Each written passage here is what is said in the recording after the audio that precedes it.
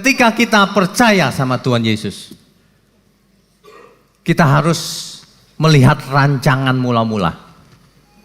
Sebab proyek utama manusia, proyek utamanya Tuhan, mengembalikan manusia pada rancangan mula-mula. Dalam kitab Kejadian 1 ayatnya yang ke-27, manusia dirancang supaya menjadi penguasa di bumi, supaya beranak cucu memenuhi bumi dan menguasai seluruh ciptaan yang ada di bumi. Bukan merancang manusia supaya beragama, bukan. Adam dan Hawa pada mulanya tidak memiliki ritual apapun. Adam dan Hawa mula-mula berkomunikasi langsung dengan Tuhan. Coba dibaca, nggak ada ritual. Komunikasi langsung. Tuhan bicara langsung. Adam, jangan kau makan buah itu. Nanti kamu mati. Jelas kalimatnya. Kuasai bumi. Pelihara. Kau harus berkuasa seluruh bumi. Jelas. Kata avodah. Avodah dalam bahasa Ibrani. Itu artinya bekerja. Diterjemahkan zaman sekarang sebagai pelayanan. Sebenarnya itu bekerja. Bekerja untuk Tuhan itu pelayanan. Katakan amin. Jadi jangan pelayanan itu adanya di gereja tok. Pelayanan itu seumur hidup kita. Bukan cuma di gereja. Ini mindset pikiran kita semua yang agamawi harus dihapus. Salah itu. Hari ini kita akan tuntaskan. Jangan punya pikiran yang agamawi. Zaman agamawi sudah berlalu. Nanti kita akan lihat. Sesungguhnya Tuhan yang maha tinggi turun menjadi manusia. Supaya manusia menjadi anak-anak Allah. Bukan beragama. Bukan agamawi. Kalau dalam rangka kita agama karena hidup kita bersosialisasi, ada tatanan disebut agama, ya boleh-boleh saja. Tetapi jangan agamawi. Manusia diciptakan gak ada unsur agamanya. Tapi rohani itu beda. Bertuhan, bukan beragama. Kalau hari ini banyak orang menjadi beragama, meleset jauh dari tujuan mula-mula. Dari rancangan mula-mula. Sebagian besar orang Kristen saya perhatikan agamawi. Tidak bertuhan, tapi beragama. Waduh, kalau ini dibiarkan, semua meluncur ke neraka, binasa. Umatku binasa karena tidak mengenal Allah, kata Alkitab. Kurang mengenal Allah, tidak mengerti kebenaran. Pasti binasa. Karena manusia hidup sesuai dengan apa yang dia mengerti. Bisa meleset kemana-mana arah hidupnya. Kita baca dulu Mazmur 8 ayat 5 sampai 6. Namun engkau telah membuatnya, nya di sini manusia, hampir sama seperti Allah, dan telah memahkotainya dengan kemuliaan dan hormat. Engkau membuat dia berkuasa atas buatan tanganmu. Segala-galanya telah kau letakkan di bawah kakinya. Sesungguhnya manusia dirancang sangat luar biasa. Bukan seperti hari ini.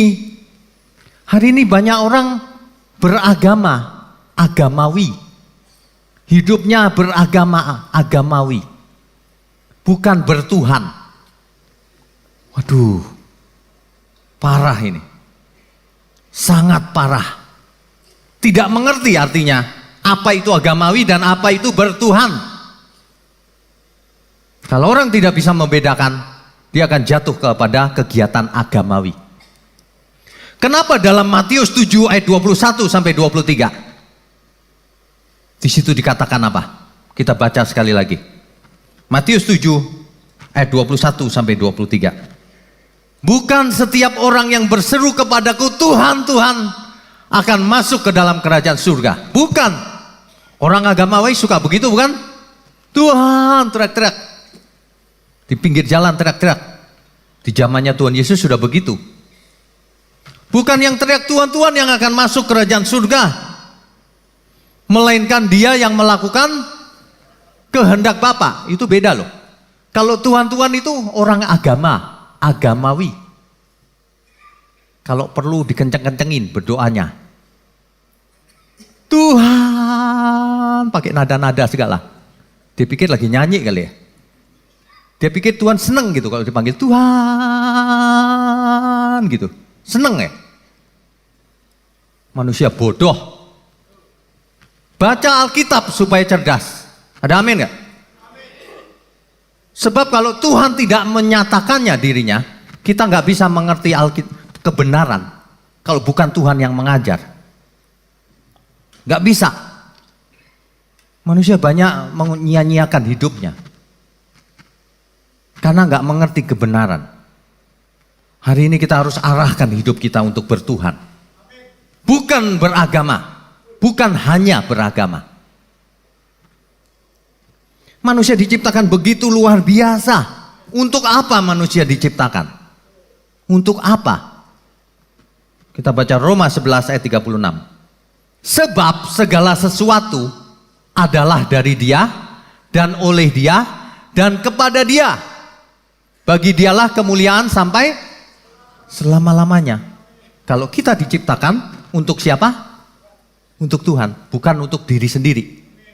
Makanya orang yang hidup untuk diri sendiri pasti binasa. Pasti. 1 Korintus 10 ayat 31. Aku menjawab, jika engkau makan atau jika engkau minum, atau jika engkau melakukan sesuatu yang lain, lakukanlah semuanya itu untuk kemuliaan Allah. Semua harus dikembalikan kepada Tuhan. Kita itu harus hidup bertuhan, bukan beragama. Jangan hidup agamawi. Hiduplah bertuhan. Segala sesuatu persembahkan untuk Tuhan. Bukan dalam rangka memenuhi hukum agama. Sebab kalau kita memenuhi hukum agama bisa salah. Agamawi itu bisa salah loh. Tapi kalau bertuhan tidak bisa salah. Banyak orang menuhankan agama. Agama ditaruh melebihi Tuhan. Sesungguhnya Tuhanlah yang paling tinggi. Katakan amin. Bahkan Tuhan tidak menciptakan agama. Setelah jatuh dalam dosa, barulah pola-pola keberagamaan ini muncul. Setelah jatuh dalam dosa, kita ingat gak Kain dan Habel mulai ngapain dia? Mengadakan persembahan. Tadinya ada gak? Gak ada, gak dicatat. Mulai itu persembahan untuk menyenangkan Tuhan, buat persembahan, korban bakaran dan sebagainya. Ritual agama itu berlanjut terus tuh sampai akhirnya diturunkan Taurat oleh Tuhan. Itu agama itu. Taurat itu agama. Agamanya Musa.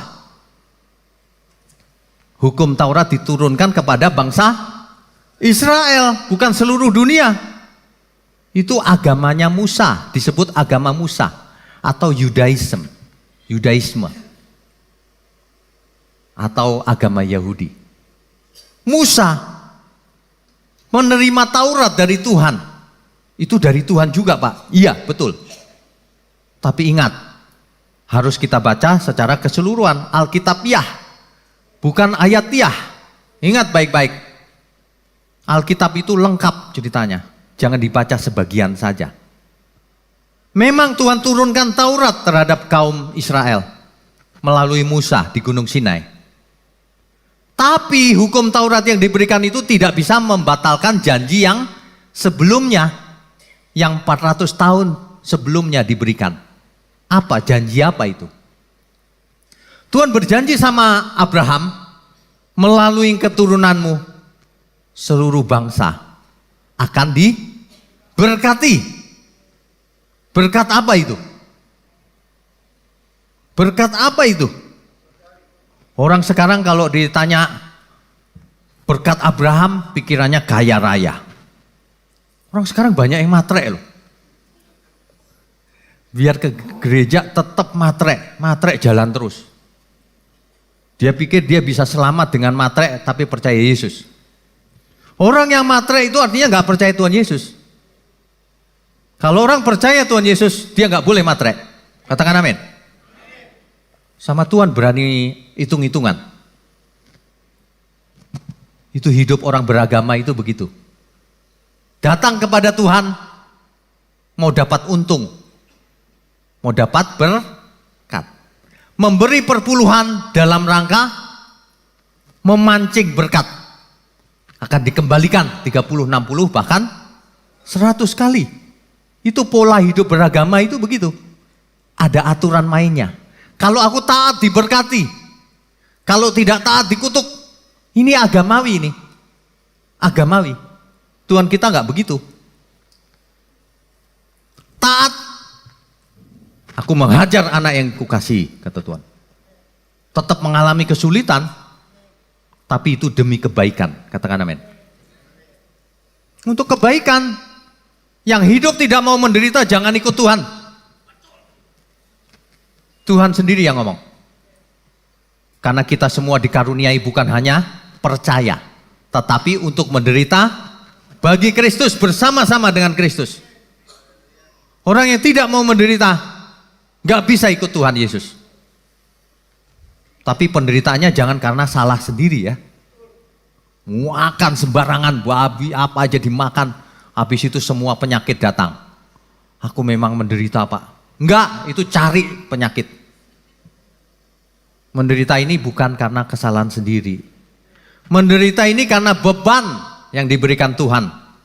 Kita harus pikul salib. Ada amin ya. Kalau datang kepada ilahnya, mau dapat rezeki. Kalau datang kepada dukun orang-orang dunia, mau dapat rezeki. Bertobat sampai di gereja sama. Datang kepada Tuhan, mau dapat rezeki. Cuma istilahnya kalau di gereja berkat. Bukannya mempersembahkan diri untuk Tuhan, malah menuntut Tuhan, mengklaim Tuhan, janji Tuhan. Janji yang mana yang kau klaim? Janji Tuhan itu cuma satu prioritasnya. Langit baru, bumi baru, keselamatan. Yang lain gak penting. Yang lain kerja keras, jaga kesehatan, itu pun akhirnya mati. Kita udah jaga kesehatan tetap bisa kena loh. Kena stroke, jantung, tetap. Tapi kalau gak jaga, cepet kenanya. Kita semua harus jaga kesehatan, ada amin gak? Ayatnya jelas loh, baik aku makan, minum, lakukan untuk Tuhan. Jangan mau enaknya sendiri. Ya, jangan jadi orang yang agamawi. Ini bagaimana menjelaskannya ya? Agak sulit nih. Bapak Ibu mesti sabar, kita mesti baca Alkitab, gak bisa gak? Roma 3 ayat 11. Tidak ada seorang pun yang berakal budi. Tidak ada seorang pun yang mencari Allah. Semua orang telah menyeleweng. Mereka semua tidak berguna. Tidak ada yang berbuat baik. Seorang pun tidak. Tidak ada seorang yang dibenarkan karena melakukan Taurat. Tidak ada. Kalau dibaca terus ayatnya. Tidak ada. Ini Paulus ngomong dengan orang percaya loh. Orang percaya zaman itu karena masih peninggalan agama Musa, masih ada bau Tauratnya. Lalu bangga, aku sudah melakukan Taurat, bisa selamat. Paulus berkata, kau melakukan Taurat bukannya selamat loh. Tapi orang zaman sekarang konteksnya lain, dibuat nyeleweng lain lagi. Keselamatan bukan karena perbuatan baik loh Pak. Beda konteksnya. Itu orang Yahudi yang membanggakan Taurat. Sama Paulus dikasih tahu, keselamatan bukan karena melakukan Taurat. Sekarang keselamatan bukan karena kau nganggur-ngangguran pasif tidak melakukan keselamatan. Justru karena Kristus mati di kayu salib, kita berhutang supaya hidup menurut roh, bukan hidup menurut daging. Banyak loh orang Kristen masih kedagingan. Makan gak bener, minum gak bener. Banyak. Saya dikasih tahu sama seseorang, Pak itu rajin ke gereja tuh Pak. Tapi kalau pulang dari gereja, minum tuak jalan terus. Ya aduh, saya cuma gimana ya jelasinya ya. Ini orang-orang beragama itu begitu. Aku kalau berbuat dosa ya, nanti ke gereja diampuni. Di gereja ada namanya sin amnesti. Pengampunan dosa. Dosanya diampuni. Jadi kalau hari biasa buat dosa nggak apa-apa. Kalau hari Minggu ke gereja minta ampun, diampuni. Itu orang-orang beragama begitu tuh. Aku mau puasa menyenangkan hati Tuhan. Yang benar. Ternyata puasanya untuk supaya dikasih jodoh. Supaya dagangnya laris. Itu orang-orang beragama itu. Berhubungan dengan Tuhan aja ada modusnya. Ada maunya. Mau memanfaatkan kuasa Tuhan. Itu orang beragama itu. Banyak pola-pola keberagaman yang begitu. Karena orang benar itu hidup oleh iman. Bukan oleh melakukan Taurat. Tapi jangan salah. Iman itu apa? Iman itu perbuatan. Kalau nggak berbuat baik, nggak beriman. Berbuat baik belum tentu beriman. Tapi kalau nggak berbuat baik, pasti tidak beriman. Iman tanpa perbuatan seperti tubuh tanpa roh, mati. Iman bohong itu. Banyak orang begitu tuh, yang penting aku sudah percaya Yesus Pak. Oh percayamu percaya bagaimana? Karena iman itu ada ekspresinya. Ekspresinya lewat perbuatan. Meskipun perbuatan belum tentu iman. Tapi iman tanpa perbuatan bukan iman. Kita baca Roma 3 ayat 12. Tadi sudah ayat 14. Kalau Rasul Paulus menulis Taurat, ditujukan kitab Roma, itu maksudnya adalah memperingatkan jemaat di Roma. Jemaat yang sudah percaya Yesus loh. Tapi masih agamawi. Orientasinya masih Taurat. Waduh, sampai bangga melakukan Taurat loh. Padahal Tuhan Yesus mati di kayu salib supaya janji berkat Abraham itu sampai kepada bangsa-bangsa. Sampai kepada kita. Itu maksudnya. Jangan bangga sama Taurat. Bukan Taurat, tapi janji itu. Itu sama dengan begini loh. Bukan agama Musa yang menyelamatkan kamu. Bukan. Tapi Kristus. Amin ya. Jangan agamawi. Orang Yahudi itu agamawi banget. Kalau berdoa, dia cari pakai kompas. Tuhan ada di sebelah mana ya? Kita tentu ingat bahwa orang Yahudi dulu punya bait Allah. Bait Allah di mana Allah hadir di sana kata mereka. Makanya kalau mereka jauh di luar kota, mereka cari Yerusalem kotanya sebelah mana. Karena mau menghadap ke bait Allah. Mereka mau menghadap Tuhan, baik sih maksudnya. Tapi itu agamawi. Mereka mau berkiblat ke Yerusalem, ke bait Allah. Itu agamawi. Sebab Tuhan tidak ada di sana.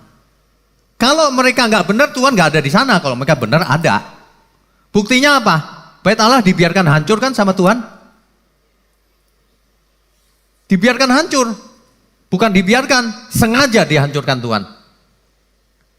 Memakai tangan Roma. Kenapa? Kalau ada bait Allah, banyak manusia menjadi agamawi. Kalau bait Allah masih ada Pak sekarang. Bapak Ibu bayangkan benar-benar.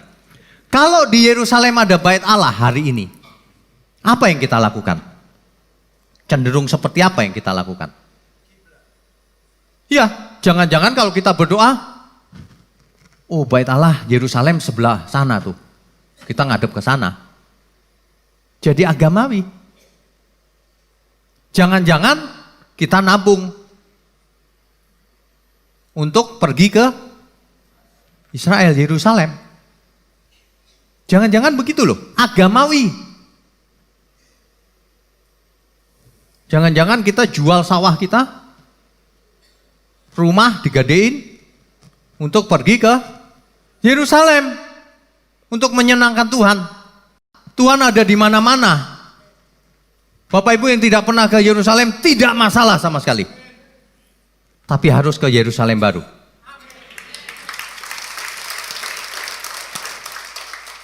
Iya. Yerusalem yang di bumi bukan tanah suci. Tanahnya biasa saja. Nanti Yerusalem baru.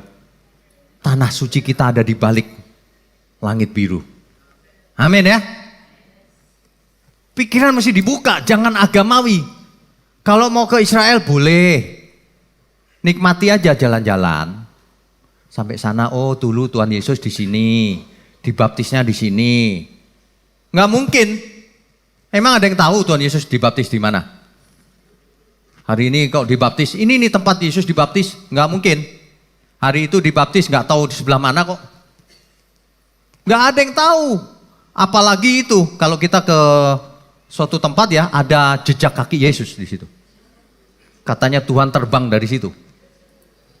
Jejaknya sampai di batu loh. Anehnya kakinya gede banget. Saya bilang Tuhan Yesus kok gede banget ya kakinya. Aduh, ini akal-akalan tour and travel ini. Ini bisnis sebenarnya. Tuhan nanti datang tidak menjejakkan kaki lagi. Baca dong Alkitab. Tuhan menjemput kita di awan-awan. Enggak menjejakkan kaki sama sekali. Di awan-awan kita yang diangkat. Lalu dibawa ke langit baru, bumi baru. Hari ini jangan kita agamawi, rugi kita. Zaman agamawi itu sebenarnya sudah diakhiri ketika Tuhan Yesus datang. Sudah berakhir. Perhatikan apa yang dilakukan Tuhan Yesus. Hari Sabat mestinya gak boleh menyembuhkan orang sakit, Tuhan menyembuhkan. Iya kan? Nah, bait Allah. Tuhan berkata ini akan dihancurkan. Orang-orang agama Yahudi bisa marah loh, tersinggung dia. Bait Allah ini begitu kita puja-puja Tuhan bilang ngomong dihancurkan. Waduh. Hari Sabat loh. Anak manusia adalah Tuhan dari hari Sabat, jangan dibalik. Hari ini nggak ada hari raya yang kita harus istimewakan, nggak ada. Kalau kita Natal, ya bolehlah. Karena kita kumpul-kumpul untuk memuliakan Tuhan juga. Tapi bukan berarti ulang tahun istimewa. Tuhan Yesus sudah besar, jangan dibayangkan kecil terus. Banyak orang bayangannya begitu. Jangan agamawi. Nanti bikin apa boneka-bonekaan gitu ya. Aduh, kayak sandiwara aja. Tuhan Yesus sudah, kalau datang lagi dia raja di atas segala raja. Jangan agamawi. Oh kalau berdoa harus keramas, kembang 7 rupa dulu. Gak usah. Alkitab berkata apa? Bereskan dulu hatimu. Kalau hatimu gak benar, ngapain kau hadap aku, kata Tuhan. Agamawi itu. Yang luar dibersihkan. Dalamnya seperti kuburan. Tuhan Yesus kalau ngomong itu tegas loh. Belak-belakan. Sama para kiai Yahudi itu. Pakai pakaian kebesaran kan, kiai Yahudi itu. Agamawi gitu. Waduh. Megah gitu. Tuhan Yesus ngomong apa? Kau seperti kuburan. Luarnya dicat putih. Dalamnya tulang belulang. Munafik. Orang agamawi itu memang kebanyakan munafik. Pakai agama untuk alat, tujuan. Ujung-ujungnya duit dan kekuasaan. Itu melulu. Membenarkan diri sendiri. Makanya Tuhan bubarkan sebenarnya. Ketika dialognya Tuhan Yesus dengan perempuan Samaria. Itu penting loh itu. Hari itu kalau orang beribadah kan di bait Allah. Untuk orang-orang Israel. Untuk orang-orang Samaria di Gunung Gerizim. Orang perempuan Samaria itu tahu. Engkau katakan kau beribadah di Yerusalem. kami di gunung. Tuhan Yesus ngomong apa? Tidak. Bapa di surga menghendaki penyembah-penyembah benar, yaitu dalam roh dan kebenaran. Bukan di Yerusalem, bukan di Gunung Gerizim, bukan. Gak usah ngadep Yerusalem, gak usah ngadep gunung itu. Gak usah cari kompas. Aku tinggal dalam hatimu. Gak usah cari kreditan ke Yerusalem. Tuhan yang mengalah masuk ke dalam diri kita. Yang Maha Kudus, ruang Maha Kudus masuk ke dalam diri kita. Katakan amin. Kita beri kemuliaan untuk Tuhan. Kalau Tuhan mengalah masuk dalam diri kita, lalu Tuhan berkata begini, kuduslah kamu sebab aku kudus. Yang Maha Kudus sudah masuk dalam diri kita. Makanya kita harus hidup kudus. Kalau enggak cocok. Ditinggalin Roh Kudus nanti. Banyak orang enggak merasa Roh Kudus ada di dalam dirinya. Padahal Tuhan sudah mengalah loh. Kita semua belum kudus benar-benar, tetapi yang Maha Kudus masuk dalam diri kita. Tuhan sudah tinggalkan pola-pola keberagamaan. Oh, puasa ya Pak? Enggak. Kau harus puasa seumur hidupmu. Ada orang tanya sama saya, Pak, orang Kristen puasa enggak Pak? Maksudnya puasa apa? Puasa itu menahan lapar Pak. Kapan? Ya enggak tahu Pak, kalau orang Kristen bulan apa ya Pak? Saya bilang, orang Kristen tidak punya bulan puasanya. Orang Kristen harus puasa seumur hidup. Memangnya boleh, bulan tertentu boleh melakukan ini, bulan lain gak boleh. Seluruh hidup kita harus puasa. Artinya tidak melakukan yang Tuhan tidak suka. Kita beri kemuliaan untuk Tuhan. Gak boleh ada hari dimana kita, waduh hari ini aku gak puasa. Boleh makan sembarangan. Boleh kedagingan, gak boleh. Itulah ibadah yang sejati. Persembahkan hidup, tubuhmu yang hidup. Yang hidupnya bagaimana? Berkualitas tinggi. Menurut Tuhan, bukan menurut manusia. Pola-pola keberagaman itu mesti dibuang dari pikiran kita. Puasanya seumur hidup. Bait Allahnya gak ada, Tuhan hadir dalam diri kita. Tubuhmu bait Allah. Rohku tinggal dalam dirimu. Dalam diri kita. Makanya kita harus hidup kudus, kita harus sempurna. Pola hidup keberagaman hanya bisa baik, tidak bisa sempurna. Tuhan maunya sempurna kau, sebab Bapa sempurna. Jangan bermimpi bisa sempurna kalau kita tidak mau melakukan kehendak Tuhan. Banyak orang mengatakan kita nggak bisa sempurna Kak, Pak kita manusia biasa. Tuhan yang ngomong kau harus sempurna, artinya bisa. Alasan melulu. Banyak orang beralasan tuh, manusia biasa tidak bisa sempurna katanya. Bisa, kalau mau. Bisa, kalau niat. Sesungguhnya Tuhan membubarkan agamawi. Tuhan tidak ingin manusia jadi agamawi. Coba bayangin. Lucu nggak sih kalau manusia pakai jubah agama gitu? Lalu merasa suci. Bawa kitab. Merasa suci kemana-mana. Orang-orang agamawi itu begitu. Beli Alkitab banyak-banyak. Satu ditaruh di tempat tidur. Satu di kamar mandi. Satu di pojokan. Dia pikir setan takut ya dengan cetakan Alkitab itu. Banyak orang gak mengerti, yang ditakutkan setan itu bukan alat-alat dunia ini. Yang ditakutkan setan itu roh yang di dalam kita. Amin. Itu sebabnya kita gak butuh apapun. Karena Tuhan Gembala kita, rohnya tinggal dalam diri kita. Kita gak ingin apapun. Itu sebabnya kita gak butuh bantuan apapun. Sebab roh Allah ada dalam diri kita. Kita nggak butuh bantuan minyak urapan, nggak butuh. Kalau lawan setan, waduh minyakku tadi kemana ya? Waduh ketinggalan. Sorry ya Bapak Ibu ya, saya pulang dulu ambil. Agamawi. Roh Allah tinggal dalam diri kita loh. Kalau Roh Allah tinggal dalam diri kita, kita seperti itu menghina Tuhan namanya. Ya, itu menghina Tuhan. Saya pernah kasih ilustrasi, meskipun gak tepat ilustrasinya. Pasangan hidup kita di samping kita nih, tapi kita cuekin. Istrinya, Papa, ini aku Pak, di sini Pak. Ya, aku kesepian nih. Loh, istrinya di sampingnya kesepian. Roh Allah tinggal dalam diri kita. Kok kuasanya malah nyari-nyari minyak urapan lah, yang air didoain lah, yang jubah didoain lah, yang aneh-aneh gitu, yang beras kencur lah. Ide dari mana itu? Sesat bener. Roh Allah tinggal dalam diri kita.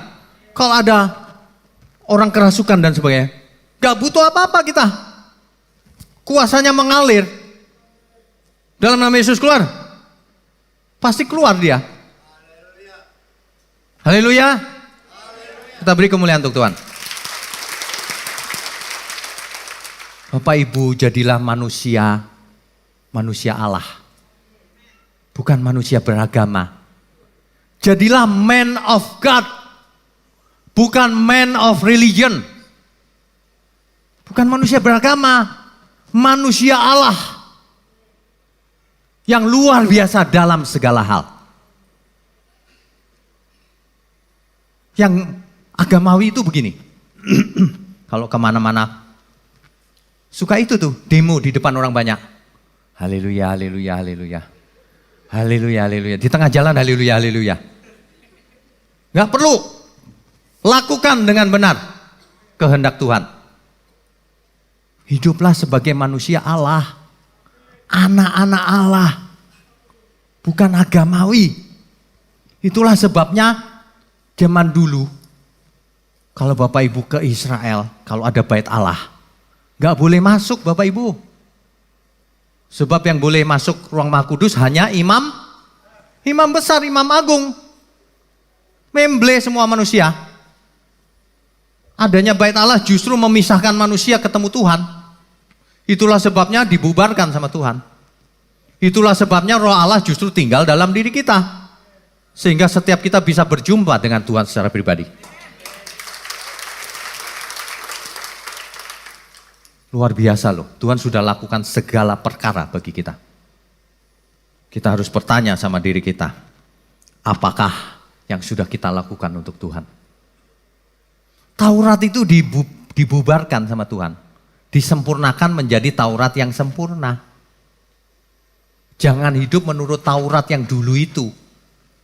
Ya, lalu kenapa Taurat diberikan Pak? Agama Musa.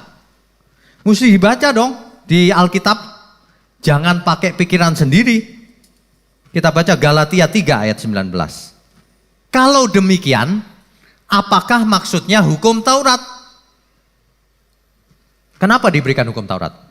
Ia ditambahkan oleh karena pelanggaran-pelanggaran sampai datang keturunan yang dimaksud oleh janji itu. Dan ia disampaikan dengan perantaraan malaikat. Sampai keturunannya itu, yang dijanjikan itu, datang. Ayat 24 coba kita baca. Jadi hukum Taurat adalah penuntun bagi kita sampai Kristus datang supaya kita dibenarkan karena iman.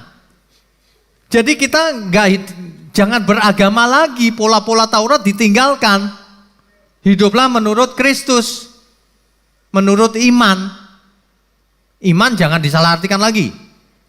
Iman banyak yang disalahartikan loh. Kalau pengen sesuatu imani saja Pak. Pengen ini imani Pak. Pengen itu imani Pak. Jadi Taurat yang lain itu. Iman bukan itu. Iman itu serahkan hidup kita untuk Tuhan. Itulah hidup bertuhan. Kalau imannya cuma pengen ini pengen itu beragama lagi itu. Ada modusnya. Orang beragama itu ada modus. Kita semua mesti bertobat loh, jangan beragama. Jangan hanya beragama, tapi harus bertuhan. Bisa loh orang beragama itu. Orang beragama itu kan yang penting melakukan aturan-aturan agama. Yang penting kan cuma itu, ke gereja hari Minggu. Yang penting sudah rajin Pak, ke gereja hari Minggu. Kasih perpuluhan, Sudah melakukan kewajiban agama. Wah, itu nggak ada papanya itu di hadapan Tuhan. Buktinya apa? Buktinya di gereja banyak penipuan. Penipu-penipu itu duduk di gereja itu. Bertobatlah semua. Bapak Ibu yang masih belum benar, duduk di sini itu keputusan yang benar. Bertobat, jangan diulang lagi ya. Kalau masa lalu berbuat salah ya sudah lewat. Nggak bisa diulang. Ke depan jangan buat salah lagi. Jadi kita hidup sekarang itu jangan berdasarkan aturan-aturan agama. Bukan itu yang dirancang Tuhan mula-mula. Tuhan sebenarnya sudah jauh hari sebelumnya bernubuat loh. Kita baca Yeremia. Yeremia 31 ayat 33. Tetapi beginilah perjanjian yang kuadakan dengan kaum Israel sesudah waktu itu. Demikianlah firman Tuhan. Aku akan menaruh Tauratku, hukumku maksudnya, dalam batin mereka dan menuliskannya dalam hati mereka. Maka aku akan menjadi Allah mereka dan mereka akan menjadi umatku. Kalau dilanjutkan. Ya. Nah, itulah Yeremia. Digenapi di Ibrani 8 ayat 10. Sekalian kita baca Ibrani 8 ayatnya yang ke-10. Maka inilah perjanjian yang kuadakan dengan kaum Israel sesudah waktu itu. Demikianlah firman Tuhan. Sama ini. Aku akan menaruh hukumku dalam akal budi mereka. Maka aku akan menjadi dan menuliskannya dalam hati mereka. Di akal budi dan di hati. Maka aku akan menjadi Allah mereka dan mereka akan menjadi umatku. Tuhan tidak merancang manusia menjadi manusia agamawi. Dari awal sudah begitu. Adam. Gara-garanya jatuh dalam dosa. Sehingga timbul agama. Timbul persembahan. Aturan-aturan 10%. Coba masuk akal gak kalau kita mesti ngasih Tuhan cuma 10%? Kok kecil benar gitu? Kok kecil benar 10%? Ini bukan soal jumlah loh. Ada gak di sini orang tua ngajarin anaknya, nak nanti kalau kamu udah dewasa ya, udah kerja, kasih papa mama 10%. Gak ada kan? Gak ada, masa 10%? Masa bapaknya mau duit, orang tuanya pasti, nah kamu mesti berbakti sama orang tua. Nanti kamu kalau jadi orang, kamu harus ingat orang tua. Kan begitu kan? Sebenarnya yang diinginkan orang tua adalah cinta kasihnya sang anak, bukan duitnya. Tuhan juga begitu, apalagi Tuhan. Tuhan gak butuh duit, semuanya milik Tuhan. Kalau kita ngasih 10% itu gak ada papanya juga. Memangnya Tuhan senang gitu kalau kasih 10%? Gak ada papanya. Biar kita memberi diri semua dibakar tubuhku Tuhan. Tapi kalau gak punya kasih, percuma. Percuma semua itu. Yang dilakukan orang-orang beragama itu percuma semuanya. Sangat percuma. Muadit kembang ngadep Tuhan. Dia merasa Tuhan berkenan. Merasa tok GR. Tuhan gak berkenan sama sekali dengan persembahan apapun. Yang Tuhan berkenan adalah kasih. Belas kasihan. Baca Alkitab. Makanya kalau orang beragama itu cenderung bengis. Menggunakan agama untuk menghukum sesamanya. Agamawi itu. Gak boleh ada umat Tuhan begitu. Umat Tuhan kalau lihat orang berbuat salah, kita harus kenakan pikiran perasaan Kristus. Dia salah ya, kasihan dia. Dia belum mengerti kebenaran. Harus dikasih kesempatan untuk bertobat. Itulah manusia Allah. Tuhan Yesus begitu. Bukan begini. Dia buat salah itu. Mudah-mudahan disambar geledek. Itu bukan manusia Allah, itu manusia beragama. Agamawi itu cenderung menghakimi sesamanya loh. Perhatikan itu. Ahli Taurat dan orang Farisi. Iya kan? Perhatikan baik-baik. Jangan diantara kita ada yang agamawi. Kita harus bertuhan, bukan beragama. Ada amin ya? Kalau tidak, rancangan mula-mula gagal. Meleset. Tuhan merancang jadi manusia Allah, jadinya manusia beragama. Tuhan rancang supaya kita berkomunikasi natural dengan Tuhan. Malah berdoa dengan bahasa-bahasa aneh. Malah doanya hafalan. Coba, doa hafalan agamawi gak itu? Tuhan di surga mau dialog dengan kita. Natural. Ini enggak. Hafalan. Coba kalau ada orang ngadep ke Tuhan. Hafalan. Dibacain gitu. Hafalan. Bapa kami yang di surga. Dikuduskanlah namamu. Bla bla bla bla bla. Hafalan tapi. 12 kali diulang-ulang. Tuhan di surga ini ngomong apa sih ini? Gak natural. Apalagi kalau milih-milih. Ada satu ayat. Kiranya daerahku diperluas Tuhan.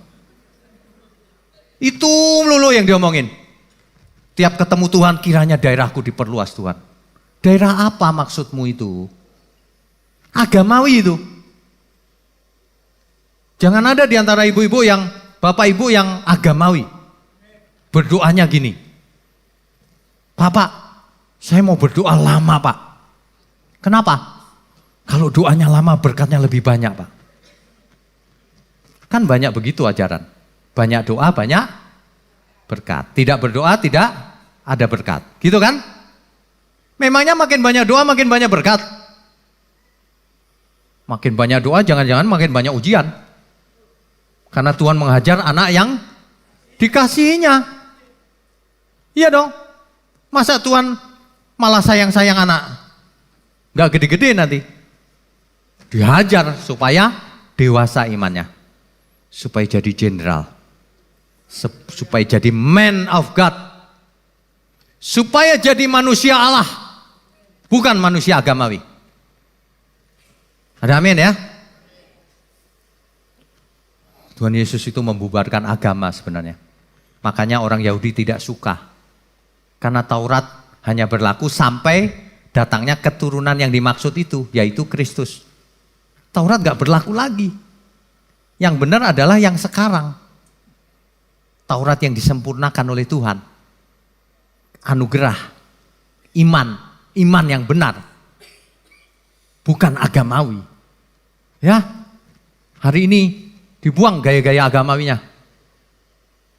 Kalau tidur manggil bawa minyak urapan diolesin mulutnya, matanya biar bening. Terus apa lagi ya? Banyak sekali itu model-model begitu saya perhatikan. Banyak itu.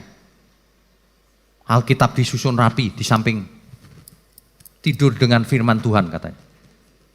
Waduh, ini agamawi ini. Padahal Roh Allah sudah tinggal dalam diri kita. Ya, kalau Yeremia bernubuat demikian, itu berlaku sampai hari ini. Itulah sebabnya dalam Filipi 2 ayat 5. Kenakanlah pikiran perasaan Kristus. Karena cara berpikir dan berperasaannya Tuhan. Tauratnya Tuhan itu. Akan ditaruh Tuhan di akal budi dan di hati. Pikiran dan perasaan. Itulah manusia Allah. Bukan manusia beragama. Itulah dalam segala tingkah lakunya pasti menyenangkan hati Bapa di surga. Bukan untuk diri sendiri. Hari ini bertobat semuanya. Dievaluasi hidup kita. Ada apa dalam hidup kita yang Tuhan masih belum berkenan. Kalau enggak percuma. Ke gereja rajin-rajin juga percuma. Itu beragama. Kalau kita ke gereja itu kan meeting together. Meeting ini sebenarnya. Hidup yang sebenarnya itu setiap hari. Mempersembahkan hidup setiap hari. Dalam segala hal. Praktek. Jangan teori melulu. Ya. Kalau Tuhan datang, makanya Tuhan berikan hidup. Hidup yang apa? Hidup yang berkualitas. Di Yohanes 10 ayat 10, aku datang memberi hidup Hidup yang berkualitas tinggi. Itu maksudnya. Bukan hidup agamawi. Hidup yang berkualitas tinggi. Yang perbuatannya nyata dalam segala hal. Bukan yang agamawi. Waduh. Kalau orang di gereja diajarin agamawi, kekristenannya nanti 10 tahun kemudian, 20 tahun kemudian tetap gak berubah. Jadi Bapak Ibu yang melihat orang tidak berubah sama sekali, itu firmannya pasti salah itu. Agamawi. Firman yang benar itu berkuasa mengubah manusia. Gunung pun pindah karena menimbulkan iman sebiji sesawi. Ada amin? Bertobat ya, jangan diulang. Makanya Tuhan Yesus berkata begini. Ini Tuhan yang ngomong loh. Itu dicatat ayatnya Bapak Ibu. Tuhan yang ngomong loh. Di dalam Matius berapa itu? Kalau hidup keagamaanmu tidak lebih benar daripada keagamaan orang-orang Farisi ini, itu Matius 5 ayat 20. Ini clear banget kalau Tuhan Yesus ngomong. Kalau hidup keagamaanmu tidak lebih benar daripada hidup keagamaan ahli-ahli Taurat dan orang Farisi, sesungguhnya kamu tidak akan masuk ke dalam kerajaan surga. Gak masuk. Hari ini gak ditekankan ini. Hidup bertuhan itu beda dengan hidup beragama. Hidup bertuhan itu ini. Ini terjemahannya kurang pas, hidup keagamaan. Ini teks aslinya dikaiosune. Ini perlu diulang-ulang ini. Dikaiosune.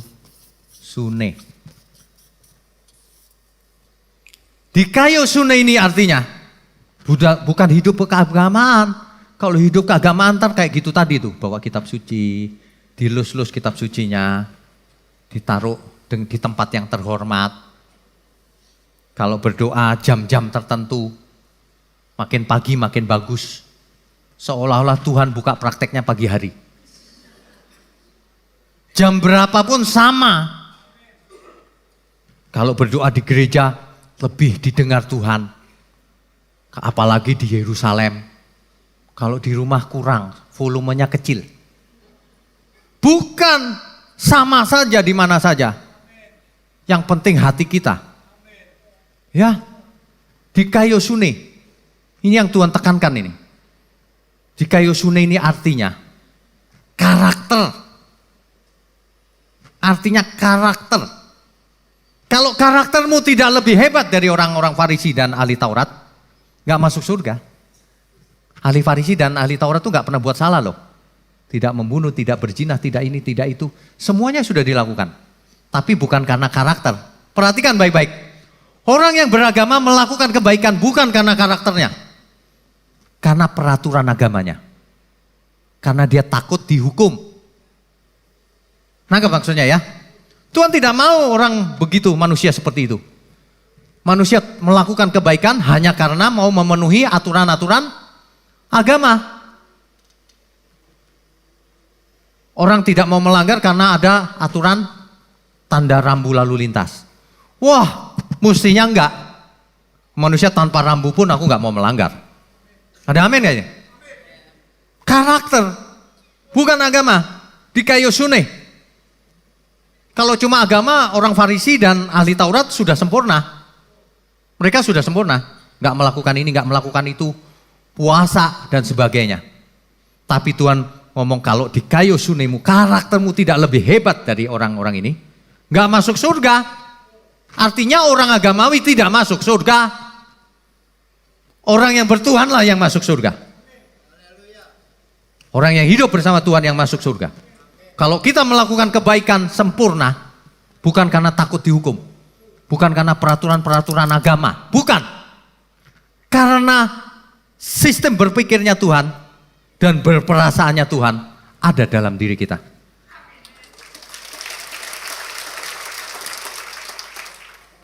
Itulah manusia-manusia Allah yang memiliki karakter ilahi. Masih ingat di Mazmur tadi di depan? Karena manusia sesungguhnya diciptakan hampir sama seperti Tuhan. seperti Allah. Jadi harus memiliki pikiran dan perasaan yang sama persis seperti Tuhan. Manusia, man of God. Tuhan menginginkan kita semua menjadi man of God, bukan man of religion. Yang melakukan segala kebenaran bukan karena aturan, karena cara berpikir kita dan berperasaan kita sudah persis seperti Tuhan. Untuk itulah kita mesti kerja keras, berusaha, belajar firman, melakukannya tiap hari, supaya lama-lama natur kita berubah. Dari natur duniawi menjadi natur ilahi, naturnya Tuhan.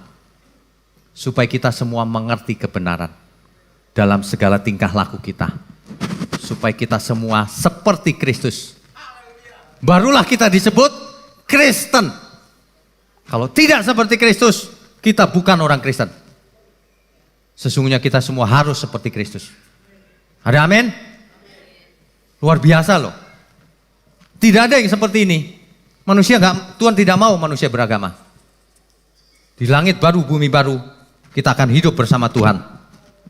Tidak ada ritual-ritualan. Bicara langsung, menghadap langsung. Dalam suasana yang berbeda. Bukan dalam suasana agama. Ya. Tujuan keselamatan sebenarnya itu. Jadi manusia itu diselamatkan bukan karena mau memindahkan dari dunia ke surga. Manusia itu diselamatkan terutama supaya dikembalikan ke rancangan mula-mula. Supaya rencana Tuhan mula-mula itu terjadi dalam diri manusia. Yaitu memasang hukum Tuhan di pikirannya dan di perasaannya. Supaya manusia mengerti pikiran perasaan Tuhan. Supaya manusia mengenakan pikiran perasaan Tuhan. Supaya manusia tidak agamawi tetapi bertuhan. Dalam segala tingkah lakunya sama persis dengan keinginan Tuhan. Itulah hidup yang dipimpin oleh Roh. Itulah hidup yang dipimpin oleh Roh. Segala gerak-gerik kita sesuai kehendak Tuhan. Persis. Apakah karena kita hafal Alkitab, firman? Bukan. Karena kita mengerti persis apa yang menyenangkan hati Tuhan. Karena kita mengerti kehendak Tuhan. Karena kita mengerti untuk apa hidup ini. Karena kita mengerti harus hidup bagaimana. Makanya banyak orang gak bisa menjadi murid Kristus. Karena menjadi murid Kristus sangat sulit. Kalau hidup beragama sangat gampang. Gampang gak beragama? Gampang sekali. Jangan mencuri, gak mencuri. Gampang. Jangan membunuh, gak membunuh. Wah, gampang sekali itu. Ke gereja tiap minggu, oh gampang. Gak boleh absen ya dalam 1 tahun. Gampang, bisa. Bisa. Jangan ngomong sembarangan, bisa. Puasa, bisa. Bisa. Apapun bisa. Bisa. Mati buat aku. Bisa kalau orang beragama. Bisa gak? Bisa. Sangat bisa. Gampang. Tapi kalau kamu harus jadi anak-anak Allah yang maha tinggi. Kenakan pikiran perasaan Tuhan. Susahnya minta ampun. Kenapa? Kalau agama gampangnya begini. Kalau kau pukul aku pukul kau balik. Mata ganti mata, gigi ganti gigi. Oh itu gampang sekali itu. Tapi kalau jadi manusia yang bertuhan, tampar pipi kiri, kasih pipi kanan. Aduh gimana Pak?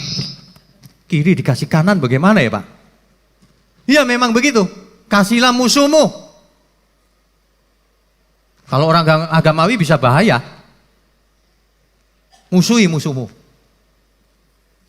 Boleh dibunuh bahkan. Wah gawat itu. Manusia gak bisa selamat kalau beragama. Manusia yang selamat itu yang dikembalikan kepada rancangan mula-mula itu yang harus mengenakan pikiran perasaan Kristus. Dalam tingkah lakunya segala sesuatunya bisa. Seperti Kristus. Ada amin ya.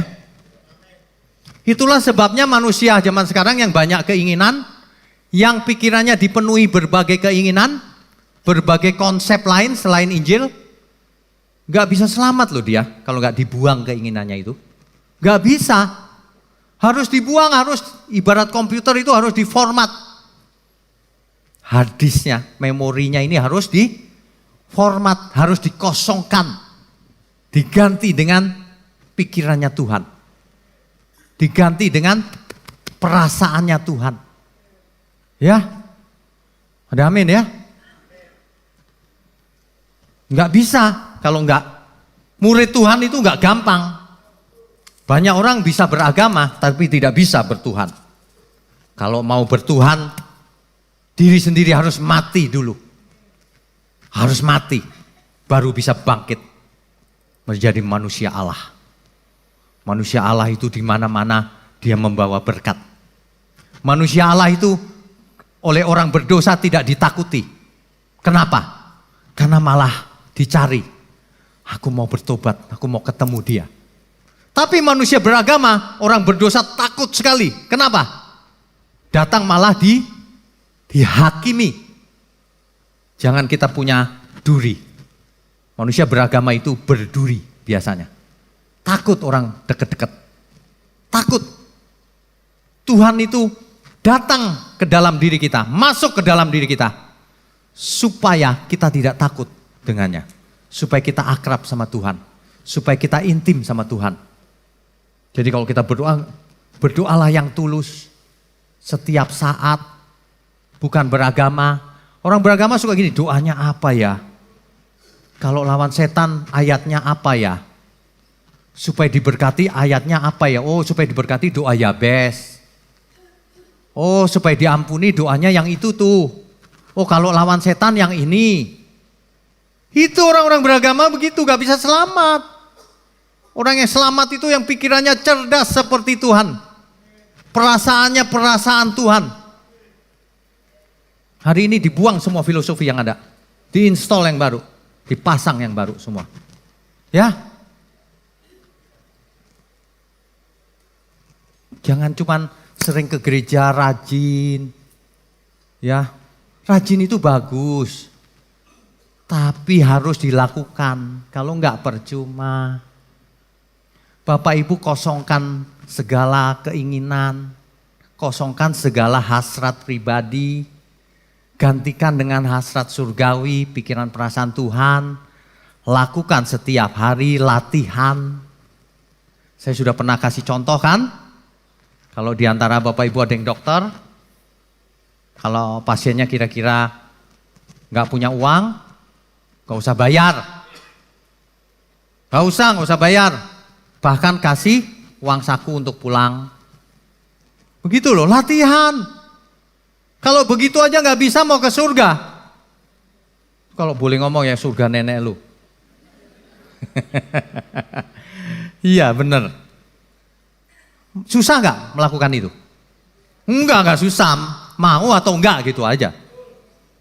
Orang gak punya kasih uang. Ada orang konseling. Pak saya gak makan Pak 5 hari. Gak mungkin 5 hari. Ya 2 hari deh. 2 hari saya belum makan Pak. Kalau belum makan kasih duit, makan. Jangan cuma sini saya doain. Gak bisa kenyang didoain. Jangan pelit. Ayo mulai sekarang bagi-bagi. Bagi-bagi ke kiri kanan. Jangan pelit. Pelit gak masuk surga. Di kayu sune. Kalau gak melebihi orang Farisi, orang ahli Taurat. Gak bisa masuk surga. Di kayu sune karakter perbuatan nyata. Diterjemahkan dalam bahasa Inggris righteousness. Diterjemahkan dalam bahasa Indonesia bisa kebenaran. Tapi bukan kebenaran alitea, bukan. Kebenaran dalam rangka karakternya. Karakter Tuhan. Ya. Makanya saya paling senang lagu itu. Tuhan, aku rela mengosongkan bejana jiwaku ini dari segala keinginanku dan semua hasrat pribadiku. Mesti dibuang semuanya. Berapa kali mesti diulang khotbah semacam ini? Pak Ernest juga saya perhatikan kalau khotbah gemes gitu. Kalau nggak berubah terus bagaimana kita mau lanjutkan? Sulit. Tuhan penuhi aku dengan gairah surgawi nan suci, agar apapun tak ku ingini lagi, hanya Engkau hartaku abadi. Hari ini latihan, kosongkan segala keinginan, buang.